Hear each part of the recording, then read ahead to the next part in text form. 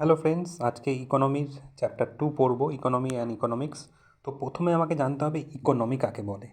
Economy মনে রাখবে একটা জিওগ্রাফিক্যাল এরিয়া যেখানে production, consumption and supply of money এই তিনটে কানেক্টেড আছে। এই তিনটে অ্যাক্টিভিটিস যেখানে হচ্ছে সেই এরিয়াটাকে বলবো ইকোনমি। এবার ইকোনমিক্স কাকে বলে? ইকোনমিক্স মনে রাখবে এই স্টাডি কিসের study? Production, consumption, transfer of wealth, এই তিনটে যে স্টাডি বা এই তিনটে জিনিস দিয়ে যে রিলেটেড যে স্টাডি সেটাকে বলবো ইকোনমিক্স। তো ইকোনমি আর ইকোনমিক্সের মধ্যে ডিফারেন্সটা বুঝে নাও। একটা জিওগ্রাফিক্যাল এরিয়া যেখানে এই তিনটে অ্যাক্টিভিটিস হচ্ছে, production, consumption and supply of money. ইকোনমিক্সে কী হচ্ছে? এটা হচ্ছে study of production, consumption and transfer of wealth. এই ডিফারেন্সটা আমাদের জানতে হবে। এবারে চলে আসবো টাইপস অফ ইকোনমি। আমাদের তিনটে টাইপস অফ ইকোনমি আছে: ক্যাপিটালিস্ট ইকোনমি, স্টেট ইকোনমি আর মিক্সড ইকোনমি। এটা আমাদের প্রথমে বুঝতে হবে। তো এই ক্যাপিটালিস্ট টার্মটা বা ক্যাপিটালিস্ট ইকোনমির সম্বন্ধে আমাদের কে দিয়েছে আইডিয়াটা? Adam Smith. 1776 ওনার একটা বই আছে, বই লিখেছিলেন উনি, ওয়েলথ অফ নেশন। এই ওয়েলথ অফ নেশনে ক্যাপিটালিস্ট ইকোনমির ব্যাপারে লেখা আছে। আর অ্যাডাম স্মিথকে, উনি একজন Scottish philosopher, economist, professor, university of গ্লাসগোর প্রফেসর। উনি এই ক্যাপিটালিস্ট ইকোনমির ব্যাপারে বলেন প্রথমে। উনি ওই সময় গভর্নমেন্টের অনেক রেস্ট্রিকশন ছিল, কোন কোম্পানি হবে, লাইসেন্সিং পুরোটাই কন্ট্রোল করতো স্টেট গভর্নমেন্ট কন্ট্রোল করতো। উনি সেটার এগেনস্টে লেখালেখি শুরু করেন। উনি বলেন যে যত কম্পিটিশন, মানে less interference of the government হবে তত ভালো। তো ক্যাপিটালিস্ট ইকোনমিতে মনে রাখবে প্রাইভেট সেক্টর এখানে খুব একটা ইম্পর্ট্যান্ট রোল প্লে করে। ঠিক আছে? প্রাইভেট সেক্টররা কী করে? ম্যাক্সিমাম প্রফিট গেন করারই চেষ্টা করে। এখানে হয় কি, এখানে একটা কম্পিটিশন মার্কেট সেট আপ করা হয়। ঠিক আছে? এখানে গভর্নমেন্ট ইন্টারফারেন্স থাকেই না ক্যাপিটালিস্ট ইকোনমিতে, পুরোটাই মার্কেট ফোর্স দিয়ে চলে, ডিমান্ড অ্যান্ড সাপ্লাই দিয়ে চলে। এখানে দেখো কম্পিটিশন মার্কেট এখানে বলতে কি বোঝাচ্ছে, এখানে ধরো অনেকগুলো দোকান আছে, সেখানে কাস্টমারের কাছে অপশন থাকে যে আমি কোন দোকানে যাব, কোন দোকান থেকে আমি কম দামে পাচ্ছি, বেটার কোয়ালিটি পাচ্ছি, অপশন থাকে। যদি ইনকেস এটা যদি গভর্নমেন্ট কন্ট্রোল থাকতো, সে অপশনটা পেতো না, একটাই দোকান, সেখানে কাস্টমারের কাছে অপশন কম।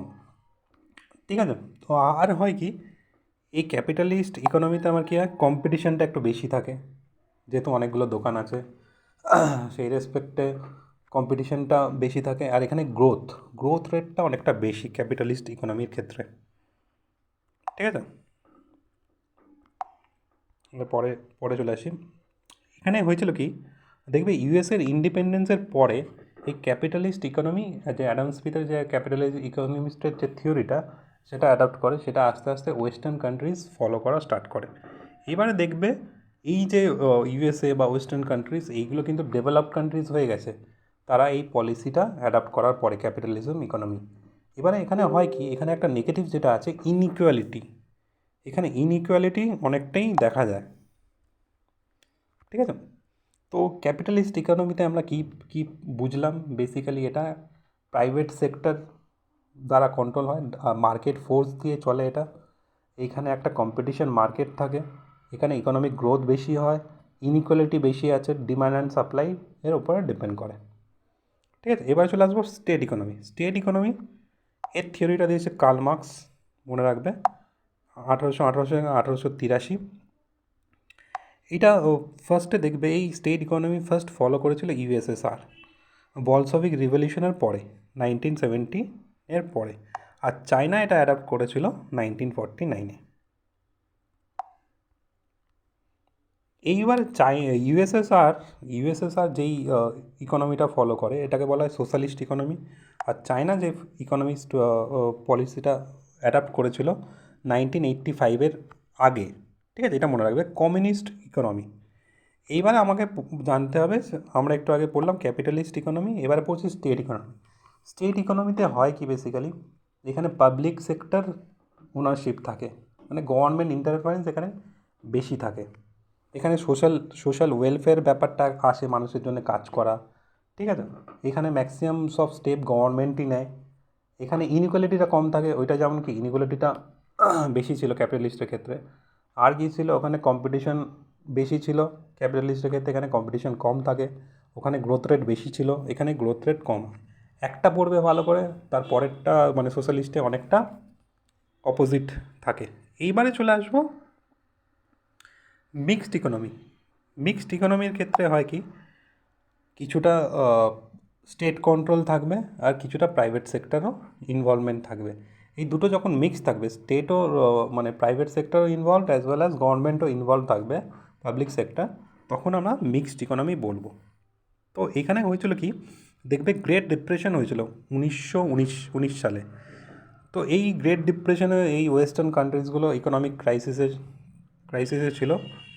তখন এই আমাদের অ্যাডামস অ্যাডাম স্মিথের যে থিওরিটা ছিল ক্যাপিটালিস্ট, সেটা কিন্তু কিছুটা হলেও তখন ফেল করছিল। এই যে ইকোনমিক ক্রাইসিস বা ডিপ্রেশনে দিয়ে ছিল, ফাইন্যান্সিয়াল ডিপ্রেশন দিয়ে যাচ্ছিল আমেরিকা অ্যান্ড ওয়েস্টার্ন কান্ট্রিজ, সেটাকে কমানোর জন্যে আইডিয়া দিয়েছিল কে, জন কিন্স। জন কিন্স কী বলেছিল, উনি ওনার একটা বই লিখেছিলেন, সেই বইটা হচ্ছে general theory of employment, interest and মানি। এই বইটা উনি লিখেছিলেন 1936। উনি বলেছিলেন আমাদের যে মার্কেট মেকানিজম আছে ঠিক আছে, কিন্তু যখন তারা ডিপ্রেশনে চলে এসছে, ফাইন্যান্সিয়াল একটা ক্রাইসিসে চলছে, তখন গভর্নমেন্টকে স্ট্রং স্টেপ নিতে হবে এই ফাইন্যান্সিয়াল ক্রাইসিস থেকে বের হওয়ার জন্যে। তো এবারে আমরা কী এলাম, দেখো ক্যাপিটাল ইকোনমিতে কী হয়, প্রাইভেট সেক্টর থাকে, পুরোপুরি ইনভলভ থাকে, সেখানে নন ইন্টারফারেন্স থাকে গভর্নমেন্টের। সোশ্যালিস্ট ইকোনমি বা স্টেট ইকোনমিতে কী হয়, গভর্নমেন্ট ইন্টারফারেন্স ম্যাক্সিমাম থাকে। এইবারে যখন ক্যাপিটালিস্ট ইকোনমি খুব ডিপ্রেশনে চলে আসছে, তখন গভর্নমেন্ট ইন্টারফারেন্সটা করা উচিত, এটা কে বলেছিলেন, কেন্স। তো এবারে মনে রাখবে মিক্সড ইকোনমি হচ্ছে কি, দুটোর মিক্সচার, ক্যাপিটালিজম আর সোশ্যালিজমের মিক্সচারটা, ঠিক আছে, এখানে দুটোই ফলো করা হয়। এবারে যদি এক্সাম্পল বলা হয় ক্যাপিটালিস্ট ইকোনমি, তার এক্সাম্পল হবে ইউএসএ, জাপান বা ওয়েস্টার্ন কান্ট্রিজ, ইউরোপের কান্ট্রিজ, ইউকে, ফ্রান্স, এইগুলো। সোশ্যালিজমের তো বলেই দিলাম, ইউএসএসআর আর চায়না বিফোর 1985। আর মিক্সড ইকোনমিতে আমাদের ইন্ডিয়া চলে আসবে, ঠিক আছে।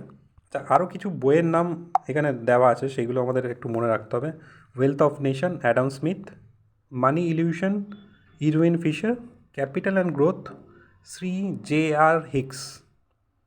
General theory of employment, interest and money, J M Keynes. তো এই বইগুলোর নাম মনে রাখবে। আরও কিছু বইয়ের নাম আছে, সেইগুলো আমাদের মনে রাখতে হবে। Planned economy for India, M বিশ্বেশ্বরিয়া। মনে রাখবে value of capitals, Shri H R Hicks. Canons of consumer surplus, Marshall. Big push theory, A R Rodan. Datt and Sundaram's Indian economy, Gaurav Datt and Ashwani Mahajan. তো এই বইগুলোর নাম মুখস্থ করার চেষ্টা করবে, ঠিক আছে।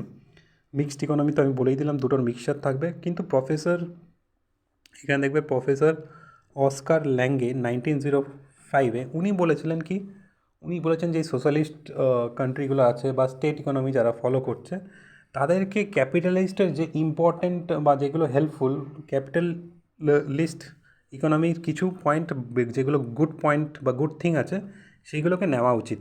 কিন্তু এই যে সোশ্যালিস্ট কান্ট্রি বা স্টেট ইকোনমি যারা ফলো করছিল, তারা এই প্রফেসর অস্কার ল্যাঙ্গের অ্যাডভাইসটা নেয়নি, ঠিক আছে, সেটাকে ব্লাসফেমি হিসেবে তারা মনে করতেন, ঠিক আছে।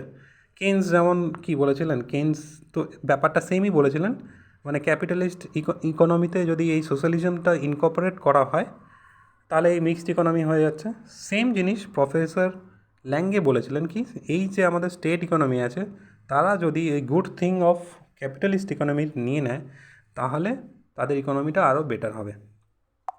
তো আমরা তিনটে টাইপের ইকোনমি পড়লাম। এক হচ্ছে সোশ্যালিস্ট ইকোনমি, যেখানে গভর্নমেন্ট ইন্টারফারেন্স ম্যাক্সিমাম থাকে। ক্যাপিটালিস্ট ইকোনমি, যেখানে মার্কেট ফোর্স দ্বারা চলে, যেখানে পাবলিক সেক্টর দ্বারা ম্যাক্সিমাম ইকোনমিটা চলে, ঠিক আছে, সেখানে ইন্টারফারেন্স অফ গভর্নমেন্ট একদম থাকে না। আর এই দুটোর যদি মিক্স থাকে, যেখানে গভর্নমেন্ট ইনফ্লুয়েন্স, গভর্নমেন্ট কন্ট্রোল করে কিছু জিনিস, অ্যাজ ওয়েল অ্যাজ কিছুটা মার্কেট ফোর্স দ্বারা চলে, এই টাইপের ইকোনমিকে বলা হয় মিক্সড ইকোনমি। এইবারে চলে আসবো economic growth and economic development. Economic growth আর ইকোনমিক ডেভেলপমেন্ট যদি আমরা পড়তে যাই, প্রথমে আমরা পড়বো ইকোনমিক গ্রোথের ব্যাপারে। ইকোনমিক গ্রোথে আমাদের হয় কি, এটা একটা কোয়ান্টিটিভ ফ্যাক্টর, ঠিক আছে?